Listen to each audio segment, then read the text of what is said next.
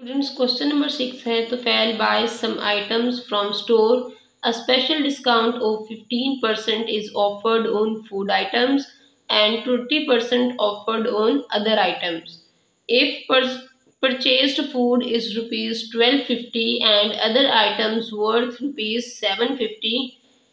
Find amount of discount and selling price of each separately. यहाँ पर हम amount of discount on food items and on other items find out करेंगे और selling price भी for food items and for other items find out करेंगे। तो students यहाँ पर हम सबसे पहले लिखेंगे cost price of food items, cost price of food items is equals to rupees 1250। अब हम यहाँ पर डिस्काउंट फाइंड आउट करेंगे। डिस्काउंट रेट है 15%, तो लिखेंगे डिस्काउंट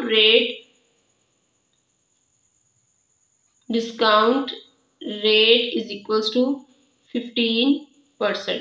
तो स्टूडेंट्स डिस्काउंट है यहाँ पर हमारे पास 15% ऑफ 1250। परसेंट को सिंपली चेंज कर दें बाय 100 में, ऑफ को चेंज कर दें मल्टीप्लिकेशन में एंड 1250। अब एक जीरो इस जीरो से कैंसिल, स्टार्ट करेंगे 5 2s are 10 and 5 3s are 15।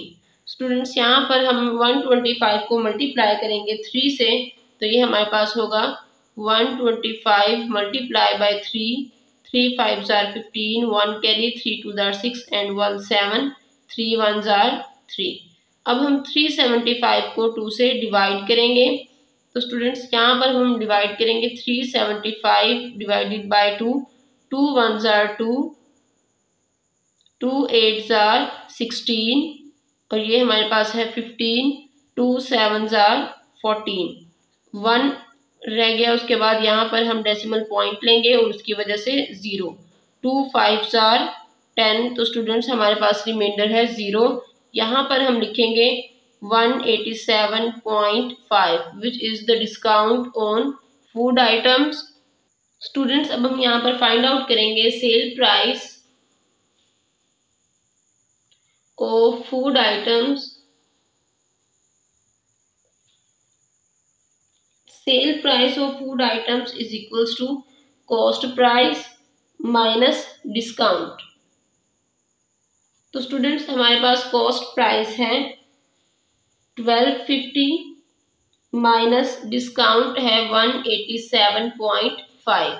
अब हम इन्हें सब्ट्रैक्ट करेंगे 1250 माइनस 187.5। तो स्टूडेंट्स 187 है हमारे पास, 187.5 इसे हम यहाँ पर सब्ट्रैक्ट करेंगे 1250 माइनस 187.5। स्टूडेंट्स यहाँ पर ये हमारे पास एक होल नंबर है, इसका डेसिमल पॉइंट कहाँ होगा, इसके एंड पर। तो हम डेसिमल के बिल्कुल नीचे डेसिमल पॉइंट लिखेंगे और उससे पहले वाले डिजिट अरेंज करके लिखेंगे और बाद वाले डिजिट को एज इट इज लिख देंगे। जब हम इन्हें सब्ट्रैक्ट करेंगे तो स्टूडेंट्स 5 के ऊपर कोई भी नंबर नहीं है, इसलिए हम यहाँ पर 0 लिख देंगे। 5 से 1 कैरी कर लें, यहाँ से अगेन 1 कैरी कर लें, 10 minus 5 answer is 5। Decimal point as it is ये रह गया था हमारे पास 9, 9 माइनस 7 2, यहाँ से हमने 1 कैरी किया था तो ये है 4, यहाँ से अगेन 1 कैरी कर लें, 14 माइनस 8 आंसर इज 6। तो स्टूडेंट्स यहाँ पर हम लिखेंगे sale price of food items is 62.5।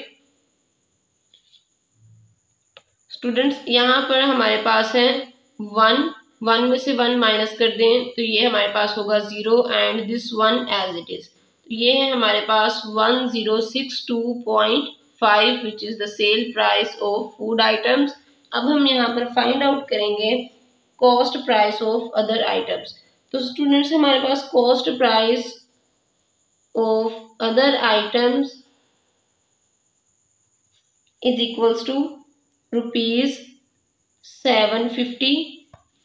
अब हम यहाँ पर discount on other items find out करेंगे। Discount on other items is equals to 20% of 750।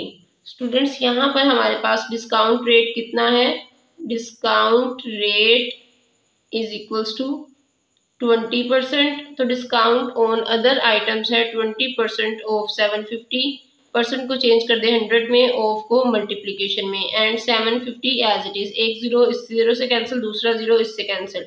यहाँ पर लिखेंगे 2 multiply by 75, 75 multiply by 2, 2 5 are 10, 2 7 are 14 and 1 15।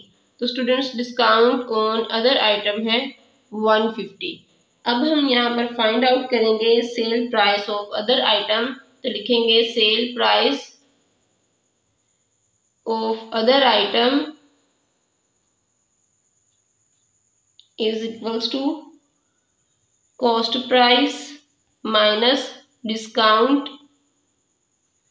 तो स्टूडेंट्स यहाँ पर हमारे पास कॉस्ट प्राइस है 750, माइनस करेंगे डिस्काउंट को विच इज 150। स्टूडेंट्स जब हम इन दोनों को सब्ट्रैक्ट करेंगे तो आंसर होगा हमारे पास 0 - 0, 5 - 0, 5 0, 7 - 1, आंसर इज 6। तो students sale price of other items is 600। इस क्वेश्चन में हमने पहले फूड आइटम्स के लिए डिस्काउंट फाइंड आउट किया, उसके बाद cell price of food item, और बिल्कुल इसी तरह नेक्स्ट हमने for other items discount find out किया है और उसके बाद cell price of other items. Students आपने क्वेश्चन की स्टेटमेंट को बहुत केयरफुली रीड करना है। अगर आप क्वेश्चन की स्टेटमेंट को अंडरस्टैंड नहीं कर सकेंगे तो क्वेश्चन सॉल्व नहीं होगा। आप क्वेश्चन में बहुत सारी चीज़ों को मिस भी कर देंगे और हो सकता है कि क्वेश्चन रॉन्ग भी हो जाए। पहले स्टेटमेंट को केयरफुली रीड करें, उसमें ये डिसाइड करें कि हमने यहाँ पर फाइंड आउट क्या क्या करना है, फिर उसके अकॉर्डिंग फॉर्मूलाज यूज़ करें। जब आप इस मेथड को फॉलो करेंगे तो आपका क्वेश्चन ठीक होगा।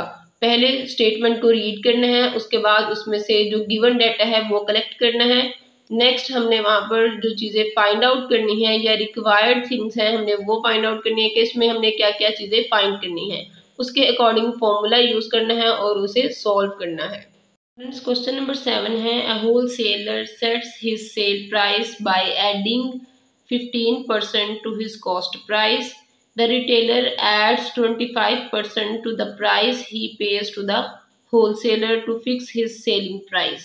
At what price would a retailer sell an article which costs the wholesaler rupees 400? Students यहाँ पर हम सबसे पहले ये लिखेंगे कि हमारे पास कॉस्ट प्राइस क्या है, 400 रुपीज़। तो यहाँ पर लिखें कॉस्ट प्राइस ऑफ होलसेलर